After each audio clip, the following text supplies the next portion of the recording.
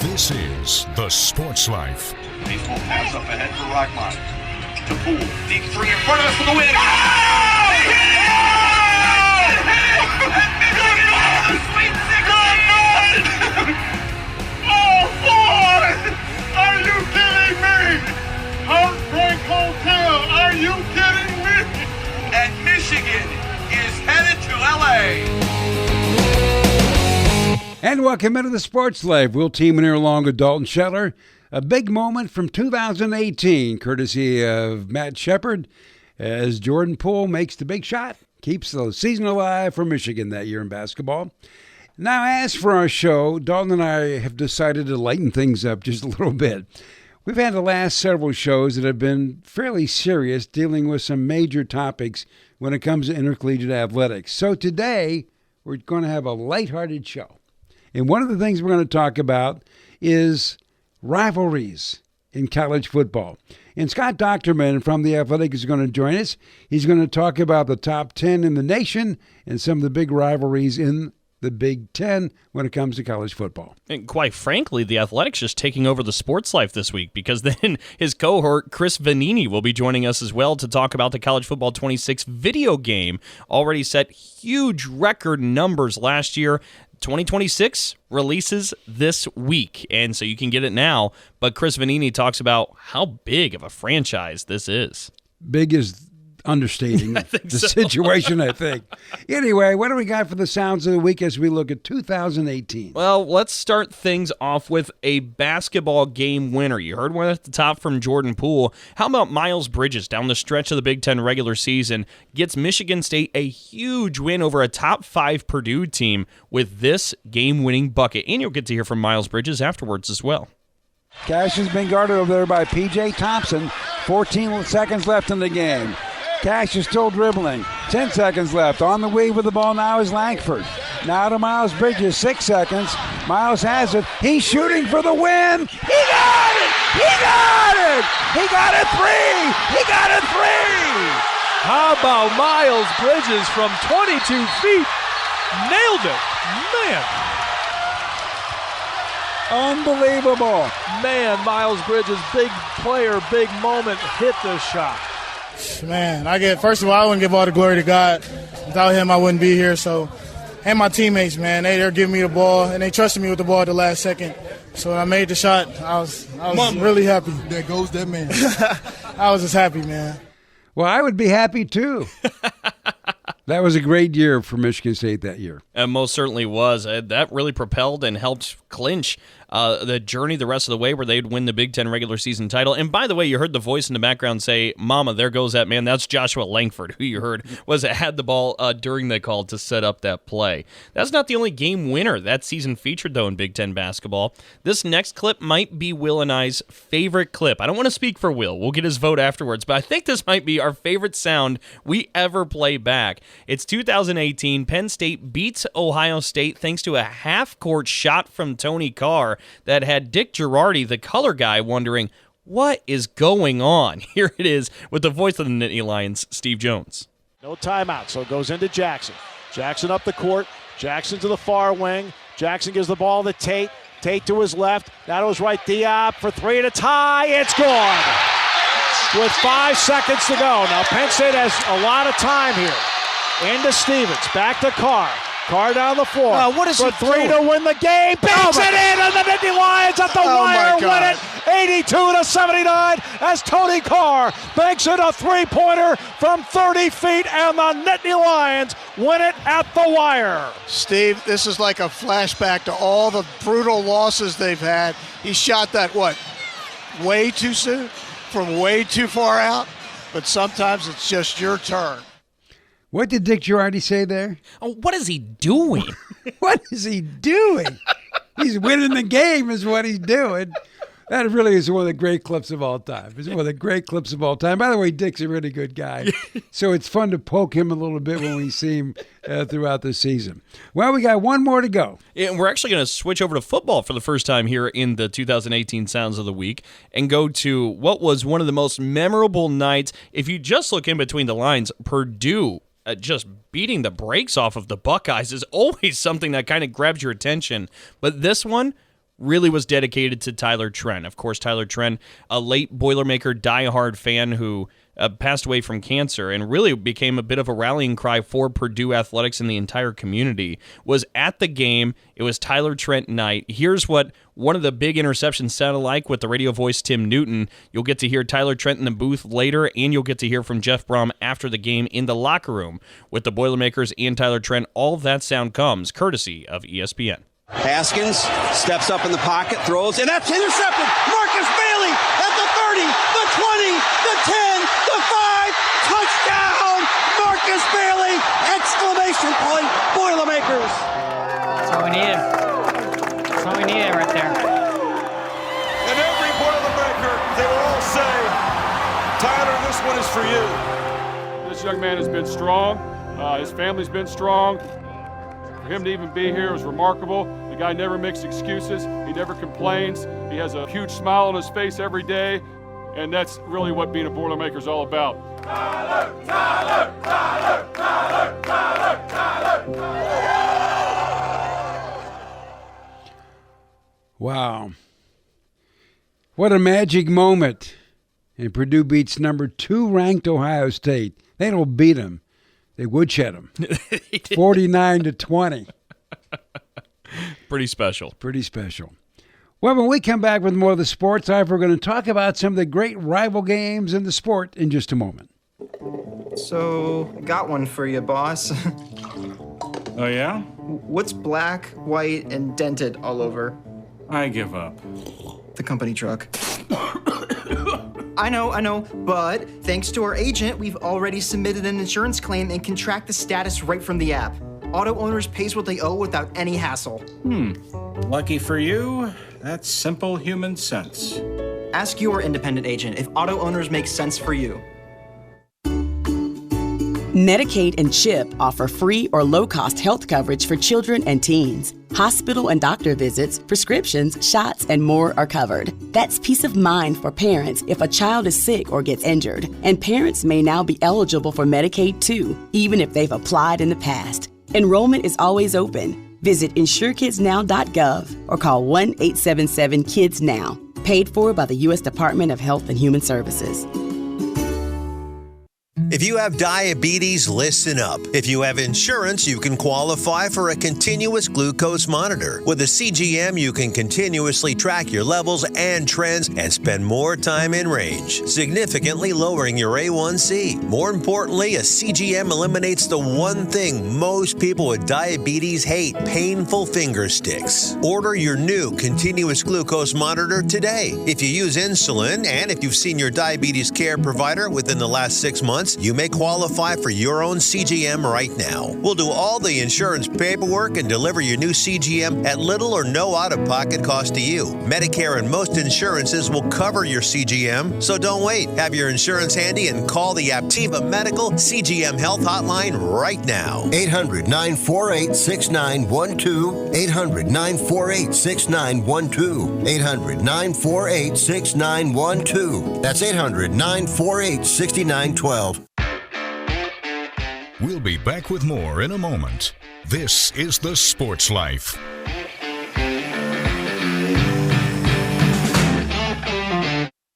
Roxanne Watson is on a mission. Hello, how are you doing today? She wants more people to register as organ, eye, and tissue donors. Are you an organ donor? Yes, I am. Yay. My goal is to sign up the most people in the United States. What drives her? Roxanne's own life was saved through the gift of a heart transplant, made possible by an organ donor. I decided that day that I was going to devote myself to the cause of organ donation and signing people up and honoring my donor by doing that. Now she's back to health, and she's a powerful force helping to save lives every day through her work. Imagine what you can make possible by leaving behind the gift of life. 8 people can be helped with the major organs, and up to 50 people can be helped with a little bit of everything. And when you think about it that way, that you could help that many people, it's amazing. It really is. Learn more and sign up as an organ, eye, and tissue donor. Go to organdonor.gov. A message from the U.S. Department of Health and Human Services, Health Resources and Services Administration.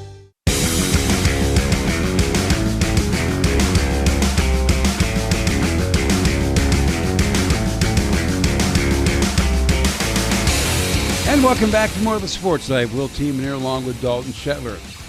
Well, in the course of our show over the last, several months, Dalton and I have talked a lot about how intercollegiate athletics has changed. Some good, some not so good.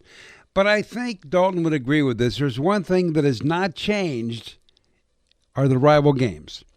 Rivalries are rivalries. I don't care who's got the shirt on. When they play each other, it is a big deal to the fan bases, and it's been that way for a long time, which is one of the real romantic parts of college athletics. And joining us from the Athletic is Scott Dochterman, and Scott tackled this mission to try to figure out the best rivalries in college athletics, which is an amazing task, I think.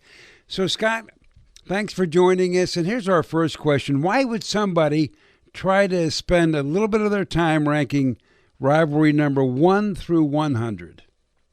Well, thanks for having me on. And it was a challenge, no question about it. It's something we discussed kind of about we wanted to do some sort of a series during the summer where you're looking for interesting things to do. And rivalries, as you kind of mentioned at the top, it's the lifeblood of college football in particular, but sports in general. And I think there's nothing that's more integral to the relationship fans have with their sports than what the rivalries represent. And so we discussed it in March, and I got really heavy into it in May, in trying to rank the top 100 rivalries in college football. And it mixes both the recency and history. And I had to go through each and every league. I already had a lot of data on file, but I wanted to make sure I didn't miss anything. And so going through the entire, even group of 5, but all the power conferences, the rivalries in there, the games that are played a lot, and then other ones that maybe aren't as long in the tooth, but they also have a lot of bite to them. And then you also look at, there are a lot of great rivalries in FCS and in the and on down from there, Division II, Division III. So what I tried to do was, kind of pool them first, about 150 of them, and then started examining the qualities, unique characteristics, the differences, the strengths, maybe some of the weaknesses of each one of them, and then try to apply a pecking order. And I had what I thought was a really good list at the end of May, roughly. And then I'm like, okay, now it's time for me to write this. And, writing about 300 words on each one of these rivalries, it can be really difficult. But in researching that, I think only 19 rivalries stayed the same, because sometimes you get into a rivalry and you're like, wow, I didn't realize that. I didn't realize they played so many games as ranked opponents, as with certain stakes. And then you look at other rivalries that fell, and I'm like, I didn't realize that these rivalries, even though they've got a great nickname and passion, but they also played for very little stakes beyond themselves. So it was a daunting task. It was one that I was aware that was going to really trigger some people, but at the same time, it was well worth it because I think it's really it was a fascinating breakdown. So, Scott, you mentioned some of your parameters, and obviously rival games, that's an emotional thing. And as you looked at this, how hard was it for you to stay neutral and factual? And by the way, what maybe was the number one thing that tied all these rivals together? Oh, well, great question. I mean, I think you look at what they brought them all together was that these rivalries elicit passion from each of their fan bases for multiple reasons. And they play the sport of college football, and they've had something interesting along the way. And, it goes all the way from, say, 14 games that UCF and USF have played, and 2 relatively brand new programs, the War on I-4, all the way up to Minnesota and Wisconsin that have played 134, and they're the most in college football history, or at least among the power schools and FBS. But I used, once I started getting into this, and you have a certain knowledge over some and the way they played, and you look primarily first at games played. Then I went through a ton of data here, and I think part of that was, what do the numbers say? How many times have they met as ranked opponents? What's the win-loss disparity? And then I used a lot of factors, whether it's prominence that involve high-profile programs, relevance? Does it matter to their conferences? Do they play every year? Do they compete with championship implications? The trajectory of these rivalries, are they growing or retracting in importance? Are they currently on even playing fields, meaning is one team in a league where they are seen as, say, a blue blood, the other one is maybe not as much?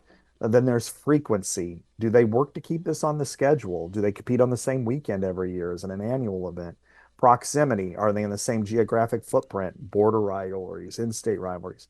What's the competitiveness? Is it one where it kind of goes back and forth, or is it one that it's like a hammer versus a nail? Were there any great moments? Obviously, intensity, which I can get into as far as my most difficult parts of this. And then finally, longevity. How long have they competed against one another? Are they longtime members of the same conference? Is a century-old rivalry or one recently shaped by realignment? Do they have a trophy or a great nickname? So I think all of those factors come together, and that really was kind of the underlying theme to me. Was I want to make sure that I look at it for what it is, but try to grade it with some level of objectivity.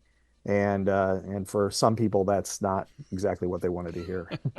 Well, Scott, let's get into some of your findings. And the number one, spoiler alert, actually exists in the Big Ten Conference. And it checked all the boxes. You said it's got to have a nickname. The nickname is The Game. It's Ohio State and Michigan. This took home number one.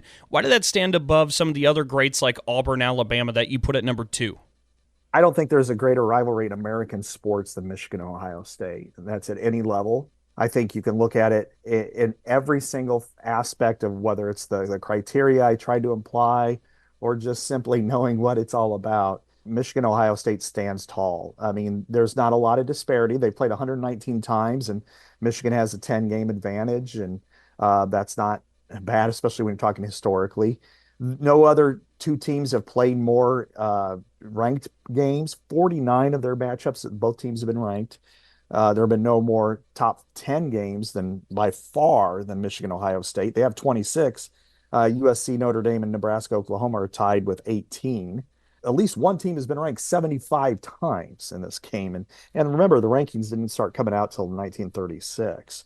So we're talking about over, less than 90 years that 75 of their games have involved that. But then beyond all those statistics, then you start to go, you check all these boxes. Is it prominent? Yes, it is almost annually the most highest rated game on the college football calendar. It is the one game Fox picks every single year in its draft is number one. Is it relevant? Absolutely. I mean, you're talking about the two most recent national champions. You're talking about teams that have get to the playoff with frequency now. You're talking about teams that compete for championship implications each and every year. The trajectory of it, even with the college football playoff expansion, it's still growing in importance. Last year, Michigan beat Ohio State at the end, which would have been a death nail for Ohio State's championship thoughts in years past. But instead, now you have that. It still matters because now Ohio State says, yeah, we won the championship, but we lost to Michigan. And Michigan will say, yeah, you won the championship, but you still didn't beat us. They play every year except for that COVID year. They're next door neighbors. There's a history there that stretches 200 years in that there was almost a war fought over a city and a stretch of land on the border in Toledo. Moments, there are no more bigger moments in any college football series than the ones that have come from, Michigan and Ohio State. And I could recite 15 of them and miss 150 of them. The intensity, yeah, there's no more intense series than that. That was shown last year when Michigan tried to plant the flag at midfield and Jack Sawyer did not take to it well. And then they ended up getting maced out of it. So when you look at it checks every single box. And not only that, it checks it at the very top of the list. So there's no series, there's no game that compares to this one. And again, I'll stand on the mountain and say it's the greatest rivalry in American sports. Well, that's kind of a bold statement, Scott. But anyway, Scott's going to hang with us when we come back with more of the sports life to talk about some more of the great rivalries in college football. It's all coming up in just a moment. Oh, yeah. Hey, Dad. Did you get a new haircut or something? A new shirt? You're looking good. What happened? A little fender bender? How little? A few days in the shop little? But thanks to Mom and our agent, we've already submitted a claim and can track the status right from the app. Auto Owners pays what they owe without any hassle. Sounds like simple human sense. I'm fine, by the way. Oh, yeah, I was gonna ask. Ask your independent agent if Auto Owners makes sense for you. This is a potter's field. When people can't pay for their funerals, they are buried here. It is a lonely, desolate place, littered with unmarked headstones. No one visits. No one leaves flowers. But it doesn't have to be that way. For as low as $1 a day, you can ensure your family will have the money to pay your funeral expenses. We offer burial insurance plans that pay up to $30,000. Considering the average funeral costs more than $10,000, that's peace of mind for your family. There are no medical exams, your rates won't increase, and your policy cannot be canceled as long as you make your premium payments. Call now to get approved in minutes and ensure your final resting place is more than just a pauper's grave in a potter's field. 800-562-2407. 800-562-2407. 800-562-2407. That's 800-562-2407. Paid for by Final Expense Direct. We all make choices about alcohol. Kids make choices whether to drink or not. Bye, Dad. Remember, I'm going to Alex's party tonight and sleeping over. Hey, remind me about that party again? And adults make choices whether to talk about it. That's true of parents and every other trusted adult in a kid's life. Kids want to know our expectations, and they want honest answers in everyday conversations. So talk with your kids and help lead them on a positive path, because when you talk, they hear you. Learn more at underagedrinking.samhsa.gov. We'll be back with more in a moment. This is The Sports Life.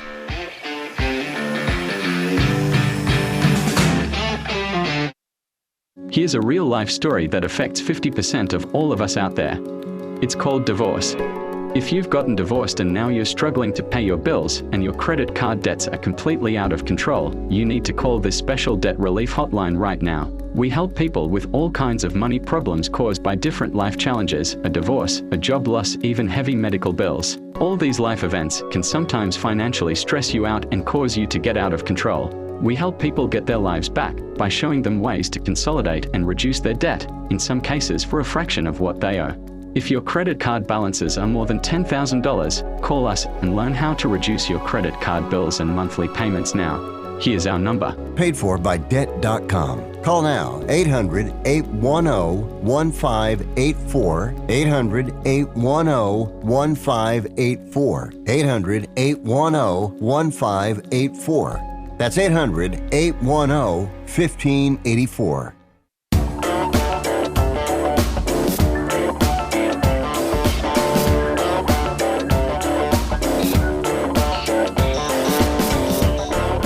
And welcome back for more of the Sports Life. Will Teeman here along with Dalton Shetler. And don't forget, Auto Owners Insurance, simple human sense. Ask your independent agent if Auto Owners make sense for you. Well, like we said at the beginning of the show, we're going to have a little fun this week after having a series of shows that dealt with some serious topics. And continuing with that thought, Scott Dochterman from The Athletic has stayed with us. And Scott, thanks for hanging around. So now we're going to ask you about some rival games that pertain to Big Ten teams. Oh, yeah, quite a few did, actually. And out of the Big Ten, like the raw numbers, I guess you could say, is there were 47 teams that landed in the top 100.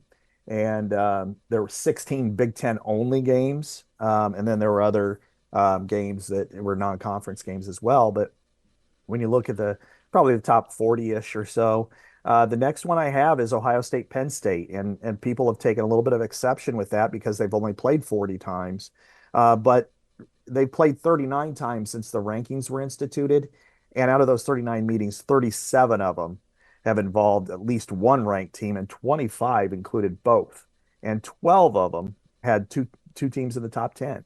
That's pretty remarkable. That tells you that they're competing at a very, very high level. There's a lot of importance associated with that. So I had that at number 8, which was higher than my initial thoughts, but it was one that I thought that the competitiveness had really grew past maybe the longevity. However, in complete opposite fashion, at number 10, I had Minnesota, Wisconsin. And that is the most played rivalry in FBS history at 134.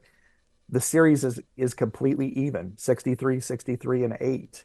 They've played every year since 1907, and the only time they missed a game was in 1906, and that was when Teddy Roosevelt shut it down because he was concerned that he might end the game because it had grown too violent.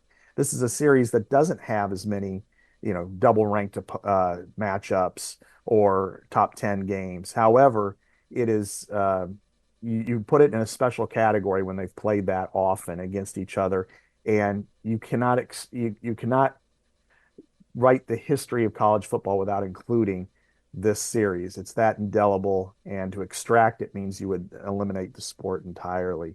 And they also play for a really cool traveling trophy in Paul Bunyan's axe. So that was the third one I had listed. Then fourth would have been Michigan State. And this one is so interesting to me because it's got that one and Texas A&M are real similar to me because there's a element of big brother, little brother. However, Michigan State's better than just your little brother in a rivalry. I mean, they've proven it time and time again. And this is, they've had 19 double ranked matchups, 5 in the top 10. We know they've had incredible matchups and histories and upsets. That's something that is a really a true element to Michigan State. And then, of course, some of the moments we remember, whether it's Mike Hart throwing the little brother card out and Mark D'Antonio taking exception, and the whole program responded so well with that. And then additionally, when you look at the 2015 game and so many others, it really deserves its own spot.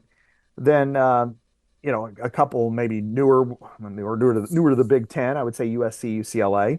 I had that one 14th, so I did have that actually ahead of Michigan State. Sometimes it's hard to remember that they're in the Big Ten, but they've had 12 games in the top 10 over their history. So it's really at a high level when they do compete against one another. It is a little bit turned towards USC. However, the high level of games are there. And then two that I think have kind of grown in importance. Washington and Oregon, I have at 21, and Iowa and Wisconsin at 22. Washington and Oregon, they've not only played a lot of really important games, but if you were to ask those individual fan bases who their biggest rival is, they would nod to their in-state one, but they'd say we really hate the other one, and that's Oregon or Washington. And now that they're in the Big Ten together and they're not competing with their in-state rival at on an annual, well, they are on an annual basis, but not in a league setup. It's really taken off, and I think it's going to have a huge trajectory because I think both programs, I mean, talking Washington 2 years ago was in the national championship game. Oregon this year, well, this most recent year was ranked number 1 all season before it lost in the Rose Bowl. So I think it has the potential to grow in importance. And then Iowa, Wisconsin, when you talk about the history of the Big Ten, it doesn't measure up to obviously Michigan, Ohio State, but in the Big Ten West, 7 out of the 10 years, one of those two teams won it. Historically, it's very even. It's 49-47 Wisconsin. They've played 9 double-ranked matchups. They've had some real important games, and then it's also a protected series within the Big Ten. So those are the ones that really stand out, and I probably would nod to the Floyd-Rosedale rivalry, Minnesota-Iowa at 34, because that one has probably, in my opinion, the best traveling trophy. And it also has its level of hate, as Minnesota fans would like to chant, "Who hates Iowa? We hate Iowa." And they do that even when they're not playing the Hawkeyes. So I think those are the ones that stand out the most. There are some non-conference series that add into that flavor as well. And then there's some that are, got some for potential growth in a higher trajectory. Well, Scott, before we let you go, when the task of this was done, what did you enjoy most about it? I really like the research.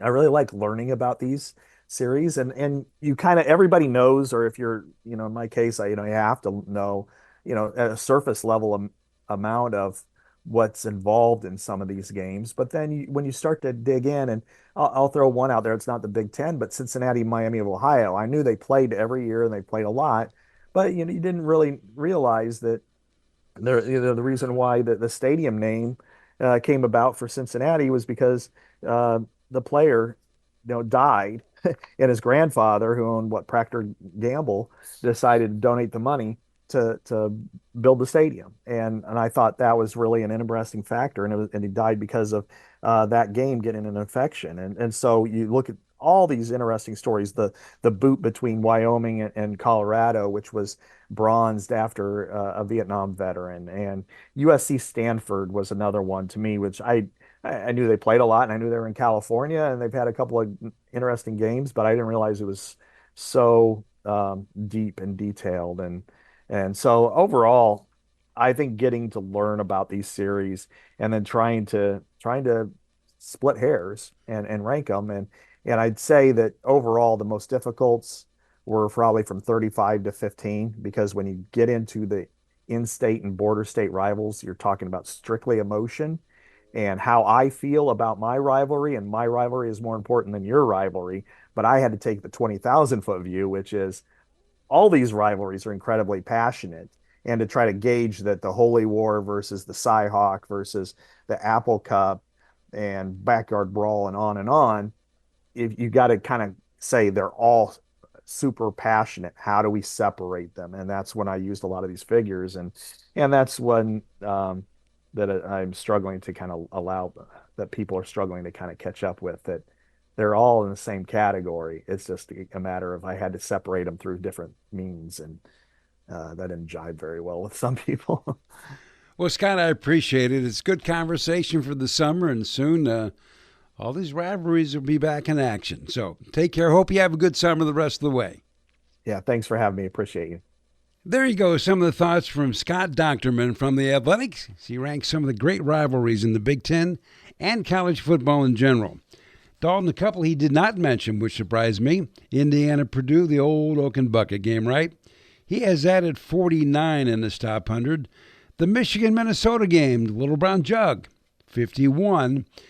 And Illinois and Northwestern, a couple of teams that really don't have a rival per se. Mm-hmm. Well, they're number 70. There you go. A lot of Big Ten. There you go. Well, when we come back with more of the Sports Life, we're going to talk about maybe the greatest sports video game ever. It's all coming up in just a moment. So, got one for you, boss. Oh, yeah? What's black, white, and dented all over? I give up. The company truck.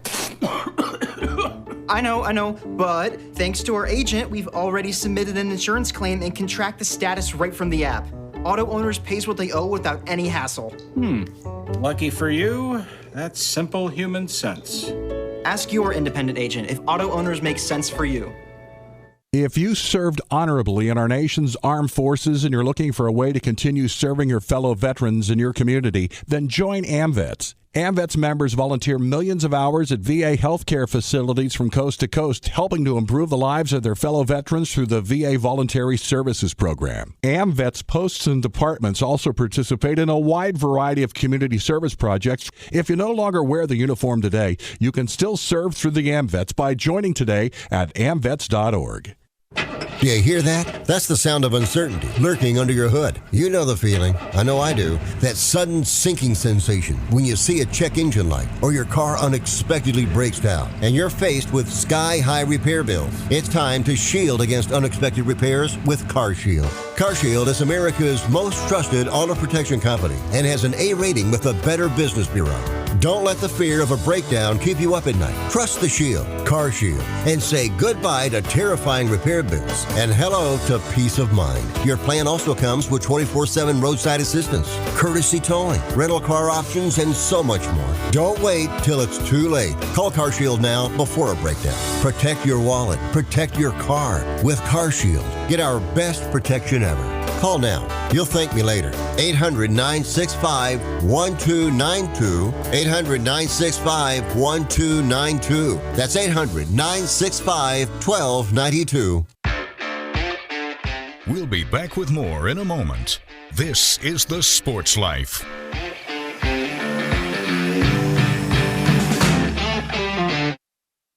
Did you receive a call or message that mentioned Social Security and demanded immediate action? Did the caller know your social security number or other personal information and tell you that your social security number had been used in connection with the crime? Did you feel worried that your social security number might be suspended, your bank account might be frozen or seized, or you could be arrested? That is not the Social Security Administration. Social Security will not threaten you, demand your personal information, or instant payment, email or text you pictures or documents, or use a real government official's name to gain your trust. Social Security does not accept payments by gift card, prepaid debit card, internet currency, or by mailing cash. Criminals use these forms of payment because they are hard to trace. Do not be fooled. Hang up. Ignore them. Report this criminal activity to the Social Security Administration Office of the Inspector General at oig.ssa.gov. Produced at U.S. taxpayer expense.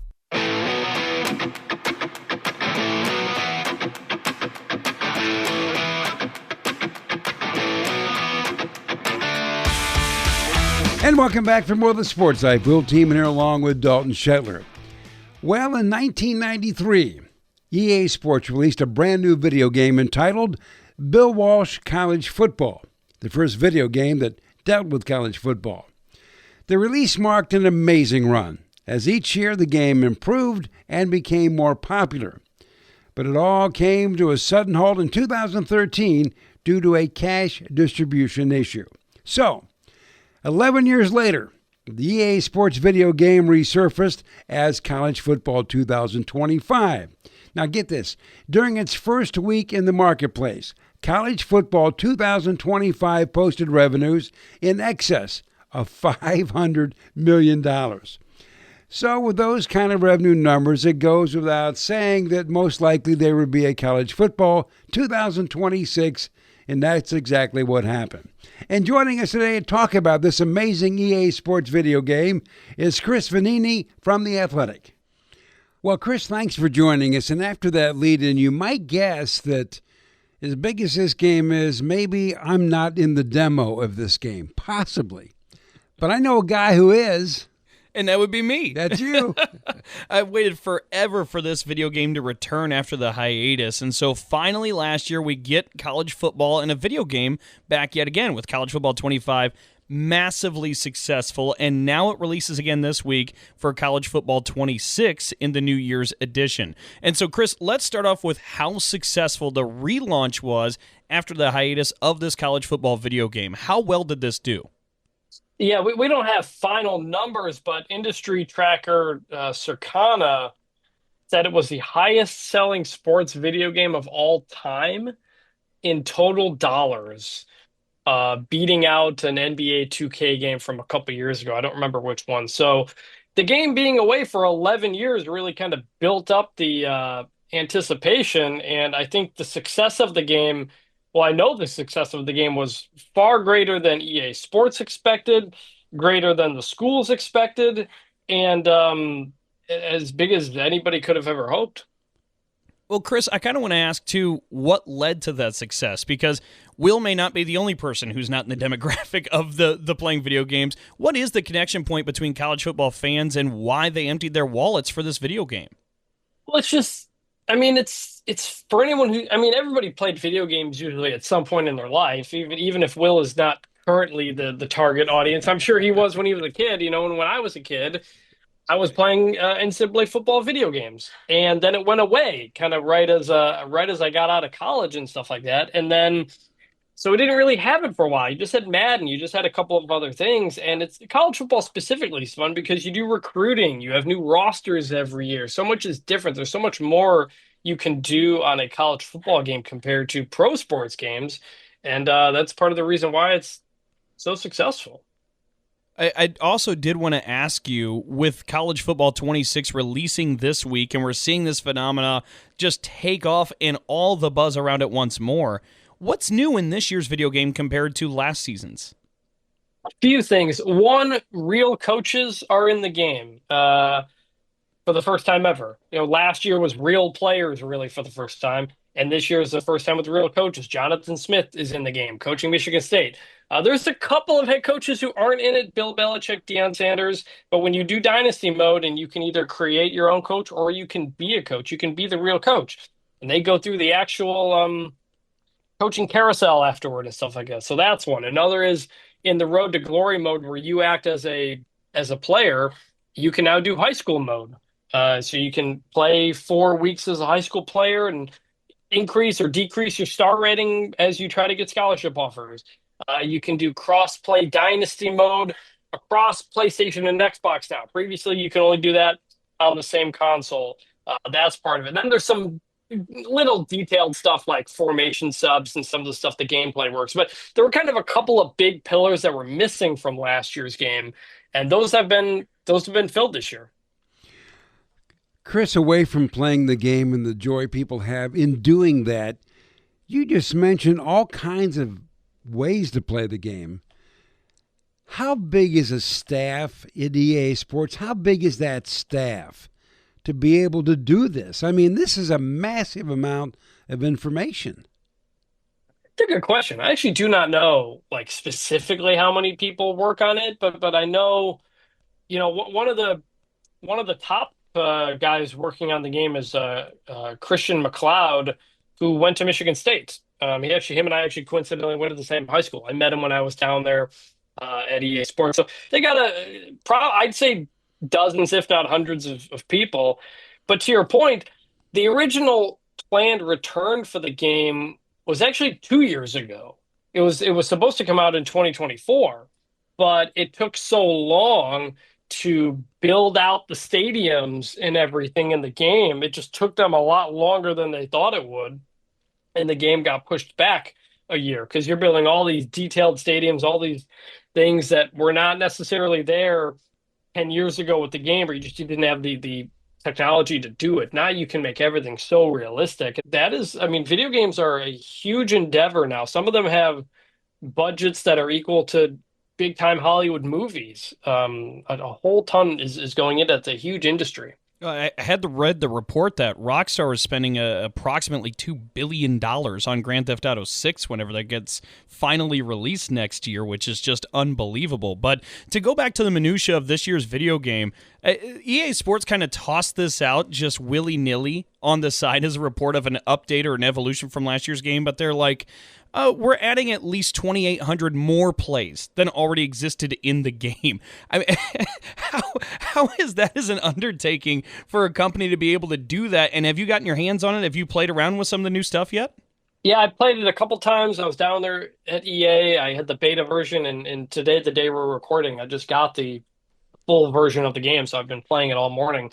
But that's another thing that makes college football so much fun, is that, like, there's so many different ways to play the game. It's not like Madden where everybody kind of runs the same stuff. You don't have triple option offenses in the NFL. You don't have a lot of these different things that are run. And so, you'll pull up a playbook for Rice and they're running like a triple option spread type of thing. That's really fun. Or the triple option service academies, or you find a team that just runs an air raid offense and they pass the ball all the time. So, like, there are, you can make custom playbooks in this, and there's so many people who come to this game for so many different things. For the people who come specifically for the gameplay, like, they want to know every play. They know which play causes a glitch and creates an open man. They know which plays work best because they put hours, hundreds and hundreds of hours into the game. And so EA Sports kind of has to up the game to match their level, and you end up with 2,800 new plays.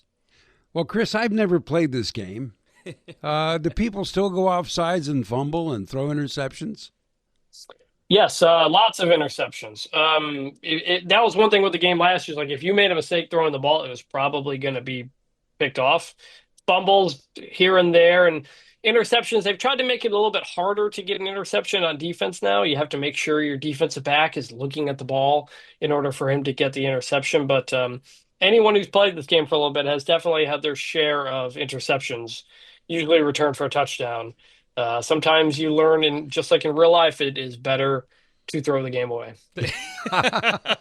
Yeah, there's often times I hit a button and think, oh no, it's inevitable it's going the other way. But Chris, I did also want to ask you, because besides the hype of this college football game being released again for this year, EA Sports made a splash over this previous holiday where they announced that the college basketball video game would return as well, and they're expecting it in 2028. The last time we had a college basketball video game was 2009, and Blake Griffin was the cover athlete.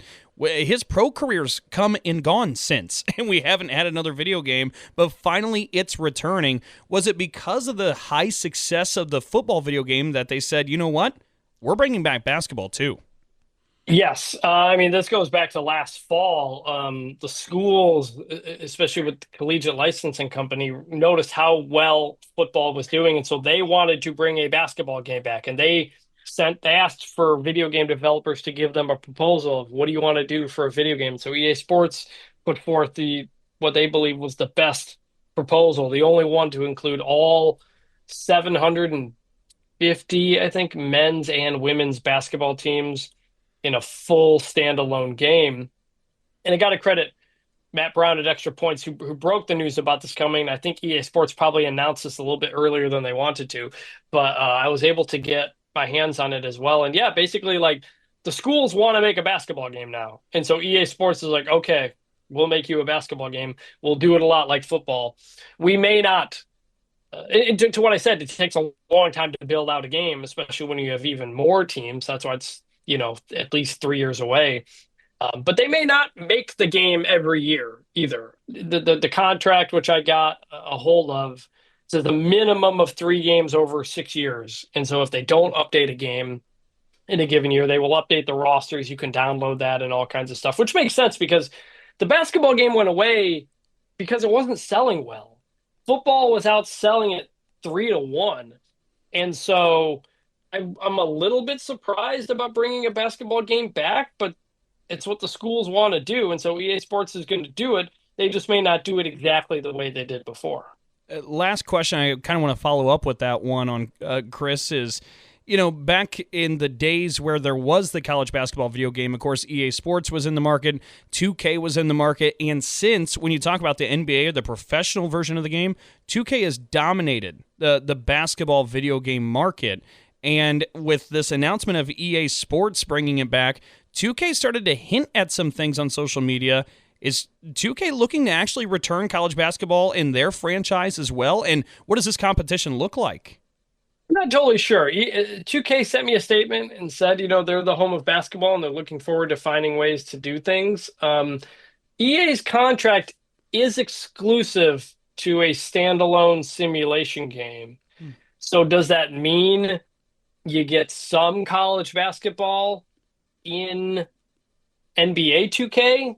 That may be the way to go about it. I mean, before college football came back, we had that with Madden. You had some college teams in there, not necessarily athletes, but you had college teams in, like, I think it was like superstar mode or something like that. So it's possible 2K tries something like that, but doesn't appear like 2K will have the ability, nor I don't think the interest to make a straight up standalone college basketball game, because like I said, it didn't sell well for them either. And EA kind of has some exclusive rights here. So not totally sure, but we'll be keeping an eye out for that. Well, Chris, we've talked about big dollars with these games. As you look at the trickle-down effect, how much of this money winds up in the coffers of a college athletic department? I don't know the exact numbers, but it's in the tens of thousands. And some of that is also based on royalties. And now with this game and with basketball as well, teams that are used more frequently in the game will get more money in royalties from it. I don't think this is necessarily, millions and millions of dollars, but it's something that it's a good chunk of change for something you're not really having to put a whole ton of work into. Like, you're just basically licensing out your logos, your stadium likeness, and all kinds of stuff like that. So it varies from school to school. Players get $1,500 each, which is more than double what they got last year. So that has gone up because the game did so well. The game has done very well. The school got more money than they expected to last year. Now players are going to get more money as well. Well, Chris, I think you and Dalton should play. I think Chris might beat me. That's I tell you what, it's I play, finding time to play. I'm not like I said, like, I'm not a kid anymore. Finding the time to play is tough. Like, I have the game on Monday. I've got Big 12 media days the next 2 weeks. I've got Mountain West media days, and the football season's here. And suddenly it's like, it was a lot easier when I was a middle school kid, and I didn't have as many real world. It kind of had to wait till football season got over with before I could jump back into the game. So my abilities vary on how long I've been away. Well, if you guys do it, we will have the exclusive outcome right here on the Sports Life. As always, Chris, appreciate it. Enjoy the game. Thanks for having me, guys. Chris Vannini from The Athletic. Well, you might guess Dalton was one of the first guys to buy this new game. So what do you think? Oh, it's been tremendous so far. And you know what really is something that, even if you're not a video game player, that you can really enjoy about this? All the traditions that you love about college football. If you're a Michigan State fan, you can hear when the opposing team takes over after a kickoff. You hear the PA announcer say, "Spartans," and the whole crowd chants, "Who? Who? Who?" Just like here at Spartan Stadium. Michigan, they play Mr. Brightside. Penn State's got the whiteouts. Every tradition that makes you fall in love with college football and your specific program, they put it in the game. It really is a slice of reality. Well, for $50 million, why not? Yeah, that's right. What do you say? Well, when we come back with more of the Sports Life, our parting shots in just a moment. Oh, yeah. Hey, Dad. Did you get a new haircut or something? A new shirt? You're looking good. What happened? A little fender bender? How little? A few days in the shop little? But thanks to Mom and our agent, we've already submitted a claim and can track the status right from the app. Auto Owners pays what they owe without any hassle. Sounds like simple human sense. I'm fine, by the way. Oh, yeah, I was gonna ask. Ask your independent agent if Auto Owners makes sense for you. Everything is expensive right now. Gas, food, you name it. You're spending more, you are making the same or less money. So, what do? You rack up credit card debt, that's what you do. It's not your fault. It's the economy. And guess what? If you rack up too much credit card debt like some of us, you can't pay your bills. Then the credit card companies, as nice as they are, start hounding you for money. Then you start your downward spiral. A smart thing for you to do is to call the Zero Debt. They can help you consolidate all your credit card bills into one affordable payment. Millions of people have done it. It works to make you debt-free. Make this free call right now. It costs you nothing to learn more. 800-298-9093. 800-298-9093. 800-298-9093. That's 800-298-9093. We are strong, we are resilient, and we will get through this together. But these are stressful times, and it's important to also practice good self-care. It's normal to feel overwhelmed, anxious, or afraid, but there is hope. Reach out to someone, connect with your friends, stay in touch with your community, and know that you are not alone. Learn more at wearebroadcasters.com/hope. Furnished by the National Association of Broadcasters and this station. We'll be back with more in a moment. This is the Sports Life.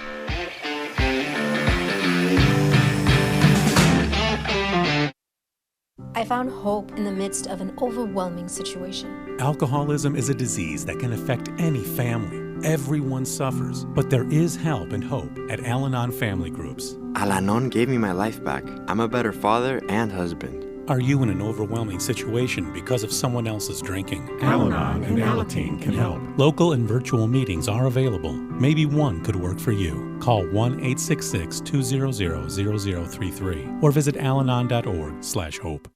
I'm Naheem Hines, professional football player. No matter the challenges I face every day in the NFL, my mom is always there for me, despite her own struggles with muscular dystrophy. And MDA is there for my mom. At their 150 care centers across the U.S., MDA is the leading organization in research and care for kids and adults with muscular dystrophy, ALS, and related neuromuscular diseases. Join me and learn more at helpmda.org today. Thank you.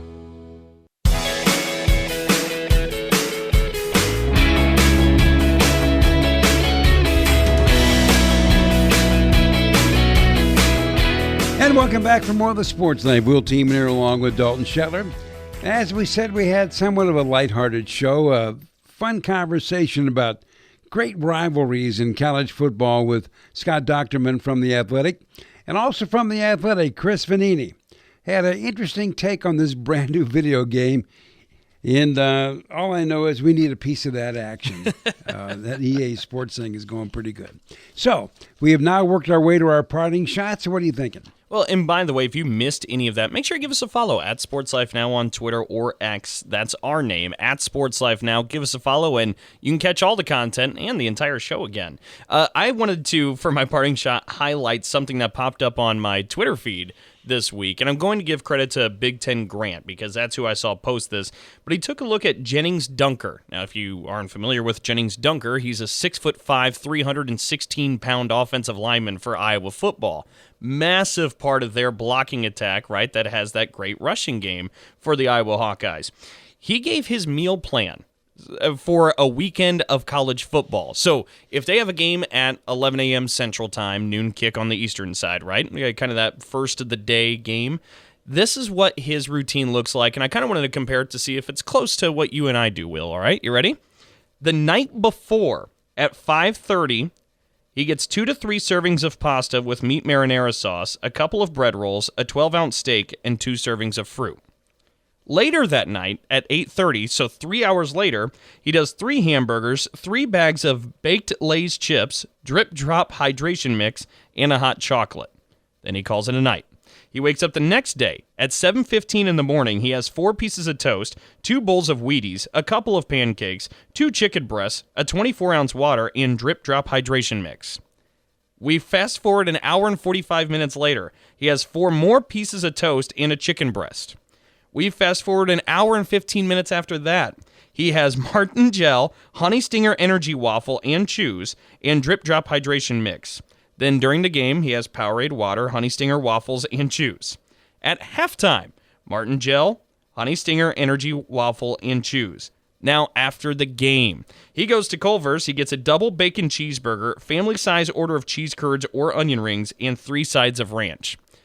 He says, and it's quoted, "It's not fun. I have a giant gut going into the game."